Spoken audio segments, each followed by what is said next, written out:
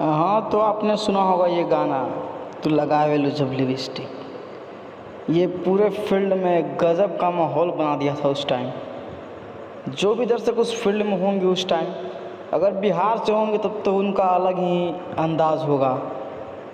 भाई अब पवन सिंह का गाना आईपीएल मैच में, मैच का आनंद ही अलग होता है। ऊपर से पवन सिंह का लॉलीपॉप सॉन्ग बज जाए तो गर्दा उड़ जाए स्टेडियम में।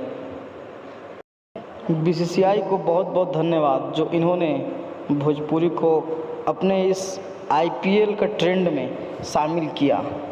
2023 का आईपीएल हम बिहारियों के लिए यादगार हो गया।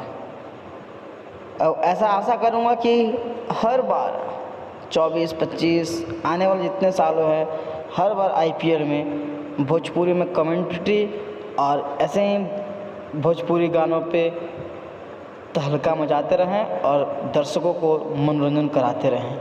बहुत बहुत धन्यवाद फिर से बीसीसीआई और पवन सिंह को, और ऐसे ही चैनल को